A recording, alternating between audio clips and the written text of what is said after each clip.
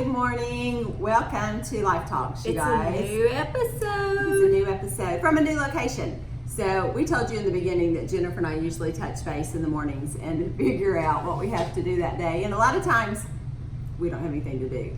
But today we're working. We do. So, we have jobs. Yeah, so we're coming to you from our office. And there's just a couple things we wanted to share with you as we kind of wrap this week up. It is Thursday.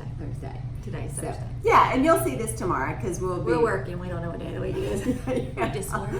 Oh, anyway, so I am a ridiculous podcast junkie, and I listen to a lot of them. And I listen to them, and then I send them to people in hopes that someone will listen to it and then call me and want to have a conversation about it. But that rarely happens. I sent one to Jennifer last week, and I was so excited about it, and then she couldn't get it to work. So Yeah, I tried. I was on a road trip, and I thought, oh, this is perfect. She'll be so proud of me because I listened to it because I don't listen to them all the time, and I couldn't get it to work. no, so if you want to listen to podcasts, you can call me at 412-5522, and I will send you a whole list of stuff to listen to, and then we can talk about them. But I just listened to one the other day that I just loved it. And so Andy Stanley is one of my favorite speakers out there. He's probably the single best communicator I've ever heard. I mean, like, his ability to convey a message to you is just phenomenal. But I listened to one the other day about what we do as Christians, we do not do in vain. He talked about when Jesus and Peter are on the mountain, maybe talking in Matthew, mountain about. They were together. They were somewhere. And apparently there was a rock. Because Jesus asked Peter, "Who do you say I am?" And Peter said, "I say you are the Son of God. You are the Messiah." And Jesus then said, on that, that being what Peter had said, you are the Messiah, you are the Son of God. So on that fact, Jesus said, I am going to build my church. Right. Well, that's how that is translated in the English language. But the actual word that Jesus used in Aramaic, I don't really know what that was in Aramaic, but in Greek, it was ekklesia, which means my gathering, my people.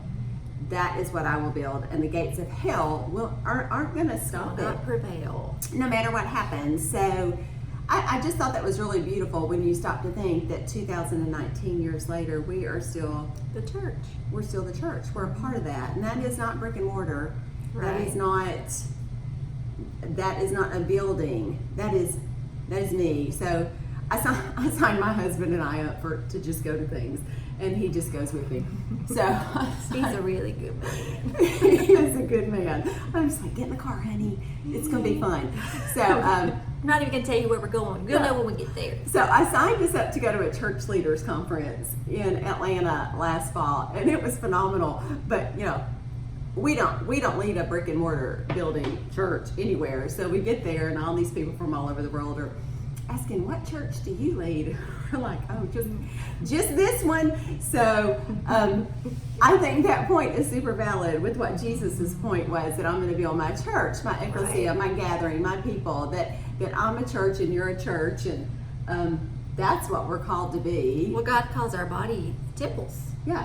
Yeah, so we are the holder of the Holy Spirit. The temple was the place where the Holy of Holies was. Yeah. Which now we're the place where the Holy of Holies resides. Isn't that beautiful? Mm-hmm. That is like the coolest thing, that we have been invited to be part of that we get to share in a prophecy that was spoken 2,000 years ago. So when you gather your family up and take them to a brick and mortar building, or whether you sit in a circle with a group of friends and discuss your faith and your journey, and I mean, you are the church. You are doing what Jesus said was going to happen a really long time ago. And I just think that is the coolest thing, because sometimes you wonder. I think it's easy to wonder if the world is falling away, or if people are walking away from their faith. But this long past that prophecy, it is still thriving. It may not be thriving right where you live, but the world will always have a gathering of Jesus's people. Amen. Yeah, so I think that's really cool. It's good. Really, really cool. So I'm just going to tell my quick Okay. dumpster story. Go for it. Then I'm going to be done. Go for it. So one of my favorite people that I listen to on podcasts, and I've actually gotten to go to Another podcast. a couple of things with, is a girl named Danielle Strickland, and I've mentioned her probably in another episode we've done. But she tells a story that I think is just so cool about what Jesus has invited us into. So she is from Canada. She's a major in the Salvation Army. And there is a street in Vancouver which apparently has the highest, or one of the highest numbers of homeless people in the world. There's a street there called Hastings Street, and they've nicknamed it Pain and Wastings, which is very sad because that's kind of where that is the status of most of those people, how they're viewed as just kind of in pain and wasting away. It's hopeless. Yeah. A couple that met there while they were working with the homeless there decided, well, they fell in love. They wanted to get married, and they wanted Danielle to perform the ceremony. And she asked where they wanted to get married, and they told her, well, they want to get married where they met. Well, where they met was at the dumpster on Hastings Street. So she was like, okay, this is going to be really weird, but we'll do it. So there are people that come out and try to clean the street up, pressure wash it. Somebody rolls out a red carpet for them to walk, their little wedding path to the dumpster. And so as they're walking down the street, the homeless people are just, gathered on each sides of the streets, and they just tell people, hey, we're getting married. There's a wedding. You're invited. You're invited. It's like a parade to a wedding. So by the time they get to the dumpster, they have a pretty big group of people following them. And so Danielle's performing the ceremony and next to the dumpster, and she hears the lid of the dumpster kind of come up, and a man sticks his head out of the dumpster. She said, like, his eyes get huge, and he yells, holy, and and then the dumpster lid goes back down.